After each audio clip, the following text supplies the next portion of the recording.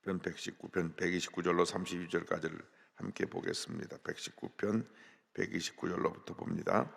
주의 증거들은 놀라움으로 내 영혼이 이를 지키나이다.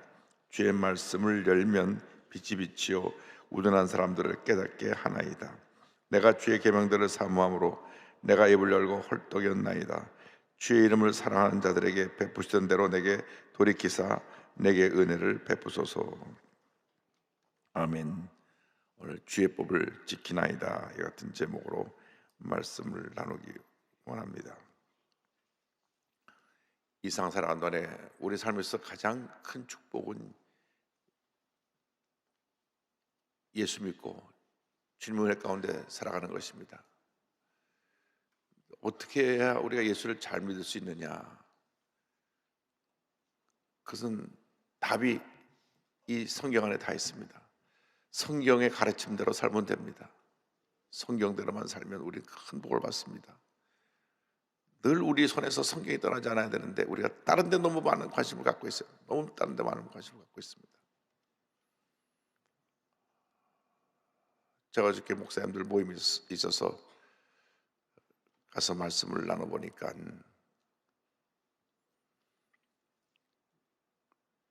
유튜브라는 것이 있어가지고 10만 명이 그 유튜브를 계속 보면 유튜브 본사에서 한 달에 한 2,000불을 보내준대요. 2,000불. 그러니까 유튜브만 틀어놓고 사람들 막 그렇게 충동하고 거짓말하고 그래서 어쨌든 10만 명만 계속 보면 한 달에 그냥 가만히 앉아서 유튜브 앞에만 앉아 있어도 2,000불이니까 240만 원, 요즘 환율이 왔으니까 260만 원씩 들어오는 거예요. 야, 돈 벌기가 쉬워요. 그래서 물어봤어요. 한 100만 명쯤 보면 어떻게 됩니까? 그만 한 달에 한 1억 원 들어올걸요.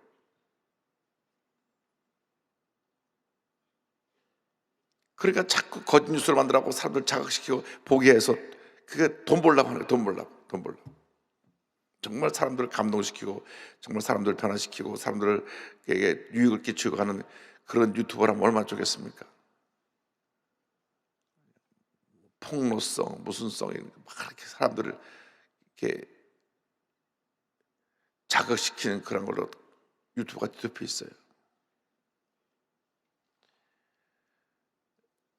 근데 그것뿐이 아니라 유튜브가 10만 명 이상 되면 광고하는 데서 연락이 온대요.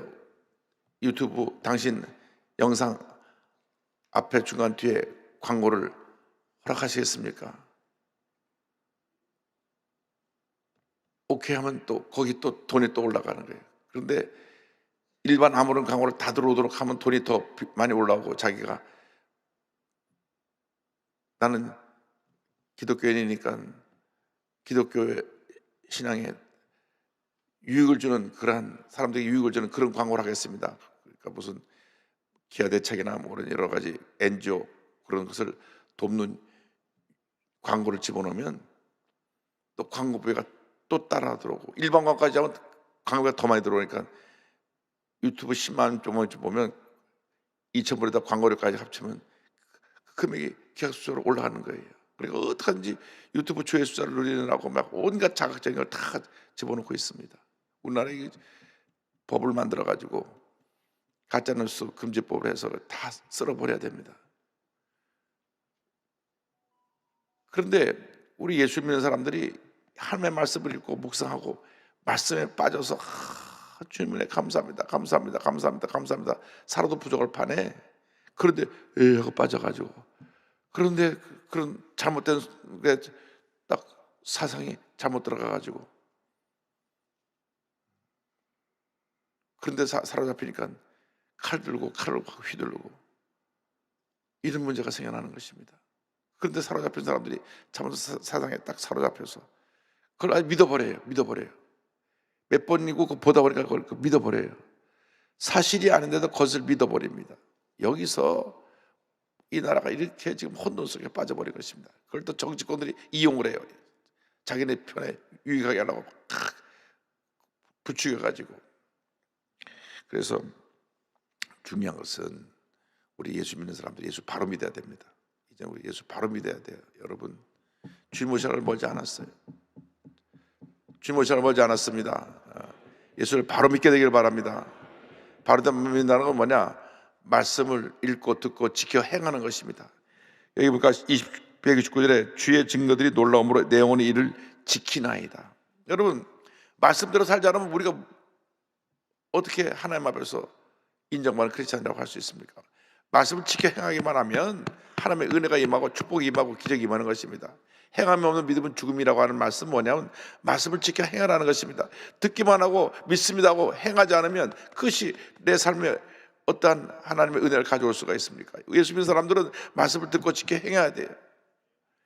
119편 134절에도 이 같은 말씀이 나옵니다.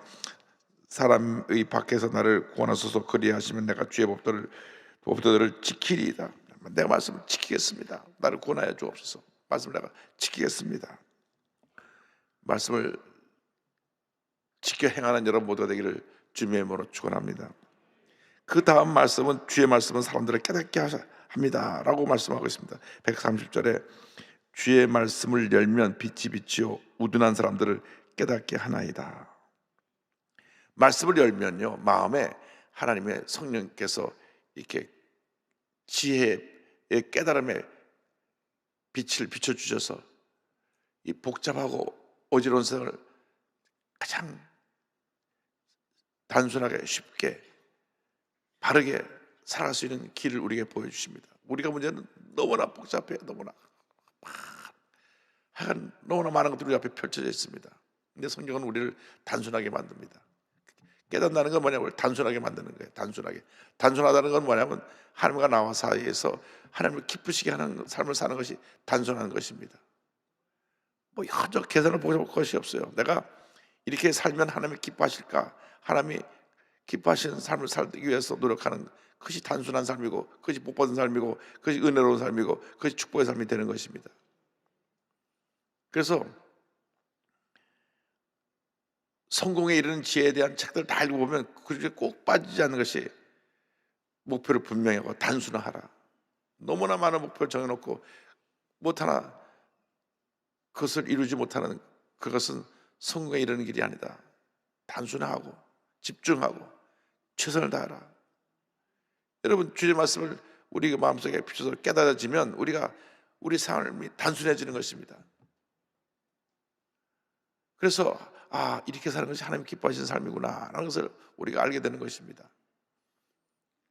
신앙생활이라는 것은 복잡한 것이 아닙니다. 아주 간단합니다. 하나님이 기뻐하시는 대로만 살면 그것이 신앙생활의 전부입니다. 내가 누구를 만나서 얘기할 때도 이 대화가 하나님을 기쁘시게 하는 대화가 아닌가. 하나님을 기쁘시게 하는 대화만 해야지 필요 없는 대화, 부정적인 얘기, 남에게 상처 주는 얘기, 필요 없는 얘기들을 해서 할 필요가 없는데 그런 얘기를 하는 거거든요.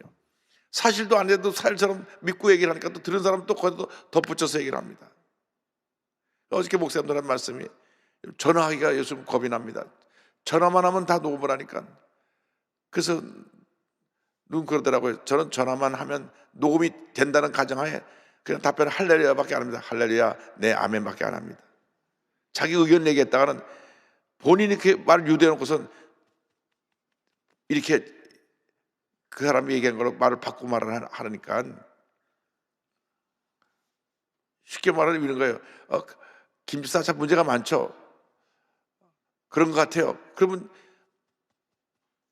김집사 내가 누구라 얘기해보니까 당신 나쁘다고 욕합니다. 자기가 먼저 그렇게 나쁘다고 물어놓고선 뒤집어쓰는 거죠. 그런 경우가 너무나 우리 주변에 많이 있습니다. 그래서 우리가 주의 말씀을 깨닫고 말씀을 지켜가는 것이 중요하지, 사람들의 말 듣고 사람들의 말 갖고 왔다 갔다 하는 이런 것은 다 우리 신앙생활의 불순물들입니다. 그래서 2024년도 여러분 올 한 해 복받는 사람에 위해서는 신앙을 단순화하자. 단순하다는 건 뭐냐면 우리 삶의 모든 영역에서 우리 주님 앞에서 우리 주님이 가장 기뻐하신 모습대로 살아가자는 것입니다. 시편 19편 7절에 야훼의 율법은 완전하여 영혼을 소송시키며 야훼의 증언은 확실하여 우둔한 자들을 지혜롭게 하며, 지혜롭게 한다는 것은 뭐냐?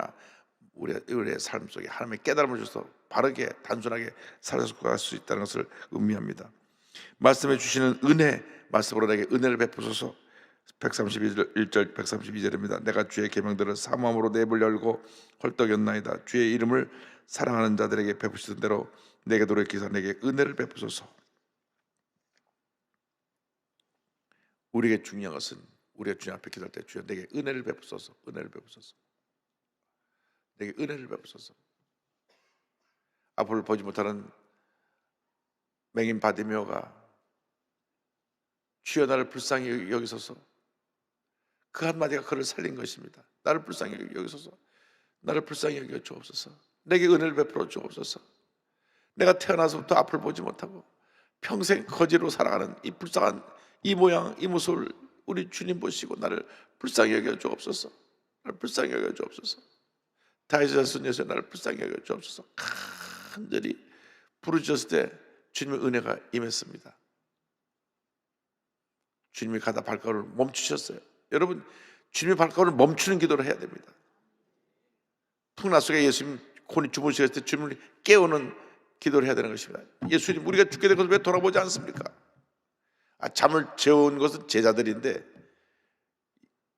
풍랑을 만나니까 그제서야 정신 차리고 예수님, 어쨌든 간에 우리가 주님 앞에서 내게 은혜를 베풀어 주옵소서, 나를 불쌍히 여겨 주옵소서. 발걸음을 멈추고 저자를 내게 오게 하라. 예수님이 부르신다 하니 맹인 바디메오가 자기의 전 재산이었던 겉옷을 내던져 버리고 예수님께 소리가 들린 곳으로 달려갑니다. 맹인인데도 달려간 걸 보면 약간 예수님 소리가 나는 그쪽으로 달려간 것 같아요. 내게 뭐 해주기를 원하느냐? 네, 제가 보기를 원합니다. 내 믿음대로 될지어다. 그래서 눈이 뜬 것입니다. 은혜를 입으면 눈이 떠지는 거예요. 영의 눈이 떠지는 겁니다. 감사의 눈이 떠지는 것입니다. 우리 영의 눈을 뜨면 긍정적인 눈이 떠지는 것입니다. 영이 우리가 하나님의 은혜를 체험하지 못하면, 은혜가 없으면 사람이 금방 부정적이 됩니다. 금방 아무것도 아닌 거 가지고 원망불평하고 남 탓하고 문제만 얘기하고, 내게 주신 축복에는 다 잊어버리고, 축복을 주신 것은 수만 가지고 내게는 문제는 수십 가지도 안 되는데 수만 가지는 다 잊어버리고 내게는 몇 가지 가지고 불평하는 이스라엘 백성하고 똑같은 거예요. 이스라엘 백성이 430년 동안 애굽에서 노예 생활을 하다가 풀려났는데, 우리 대한민국이 일본에 35년 동안 지배를 받았을 때 35년 만에도 벌써 우리나라 민족권이 다 뒤흔들려 가지고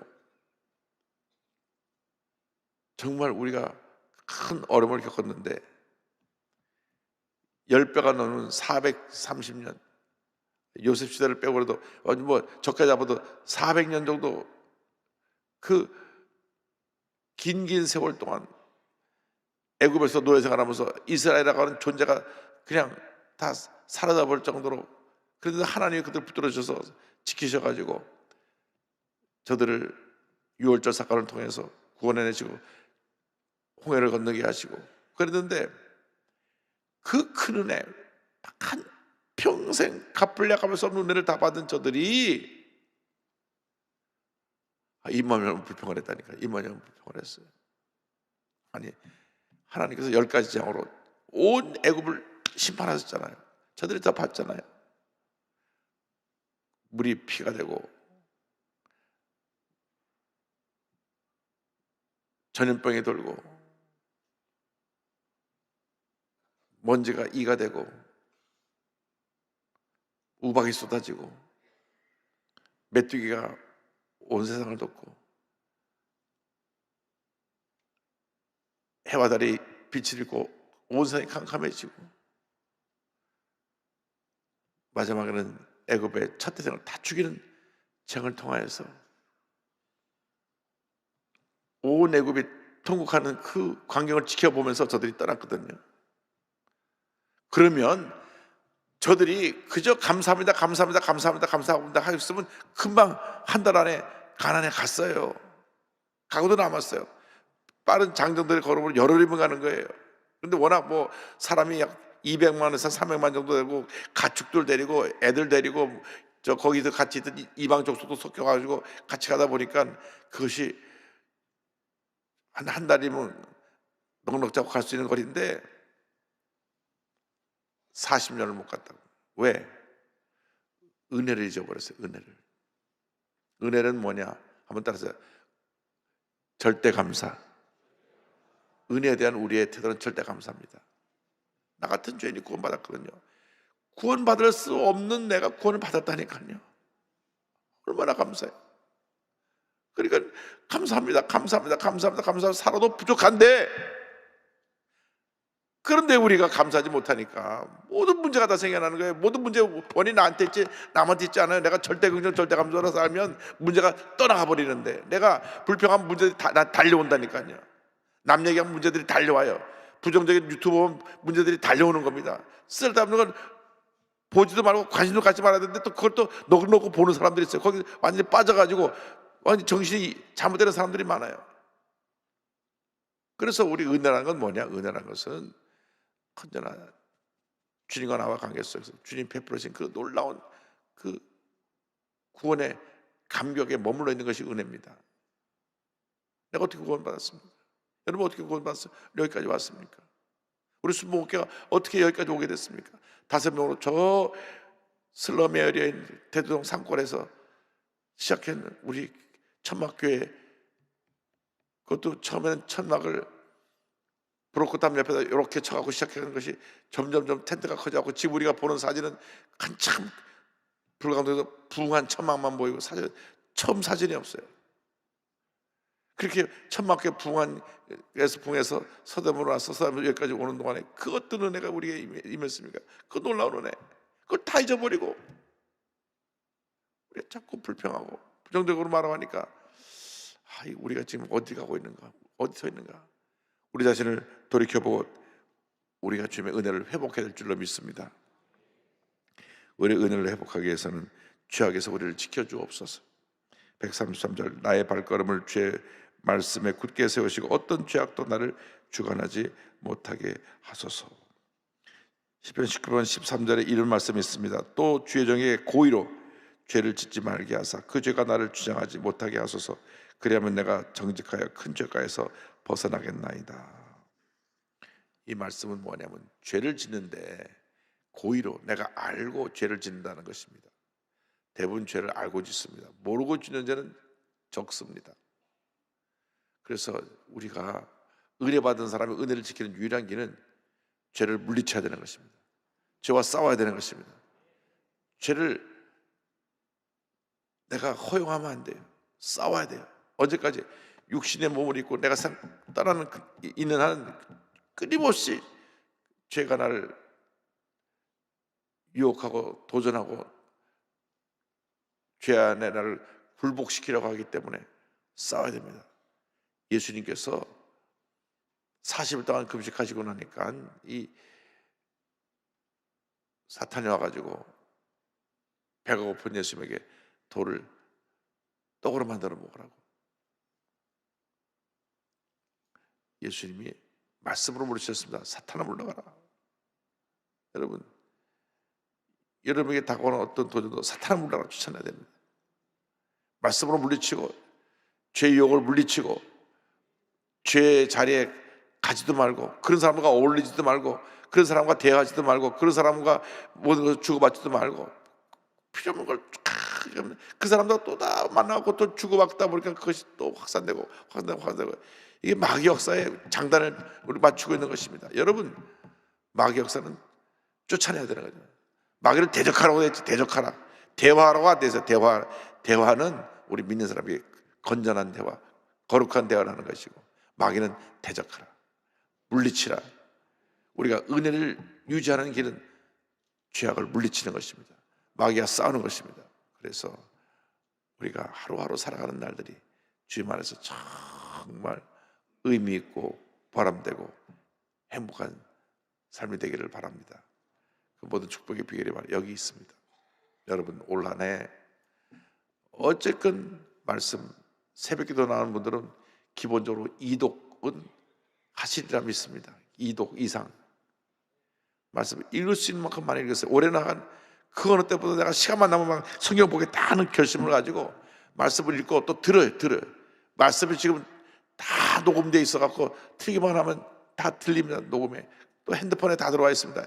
핸드폰을 깔아놓고 해서 아무 때나 말씀을 듣기도 하고, 운전하면서도 듣고, 집에서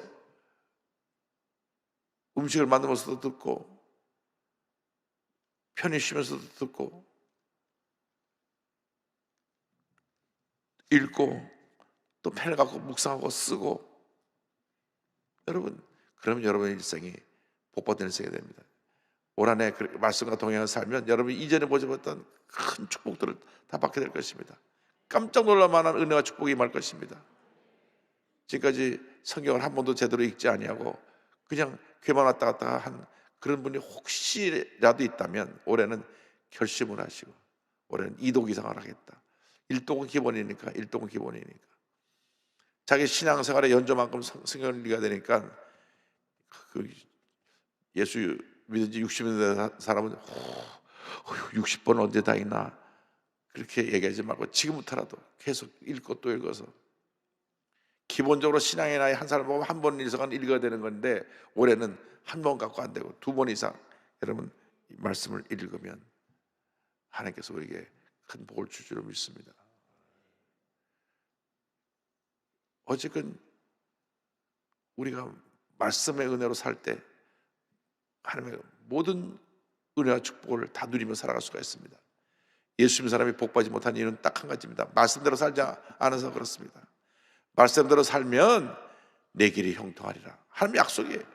내 길이 형통하리라. 지켜가면 내 길이 형통하리라. 여호수아 1장에도 그렇고 성경 곳곳에 신명기 28장도 그렇고 말씀을 지켜 행하면 형통하리라. 위에 거 아래지 아니하고 꾸어주정 꾸지 아니하고 들어가도 복 받고 나가도 복을 받을 것이라. 다 성경에 있는 말씀, 축복의 말씀에 그 기본 원칙이 뭐냐? 말씀을 지켜 행하라. 할렐루야. 오늘 그 은혜가 여러분 모두에게 넘쳐나시기를 주님의 이름으로 축원합니다. 기도하겠습니다. 우리 자리 다 일어나셔서 가슴에 손 얹고 아픈 자리에 손 얹고 기도합니다. 사랑과 은혜와 자비가 원하시는 하나님 아버지, 저들의 마음에 거룩한 소원들을 다 이루어 주시옵소서. 머리부터 발까지 모든 몸의 질병은 묶음을 놓고 다 갈지어다. 건강의 은혜가 임할지어다. 치료와 회복이 임할지어다. 개인, 가정생활, 자녀, 범사에 하나님의 놀라운 축복이 임할지어다. 하나님 간절히 기도합니다.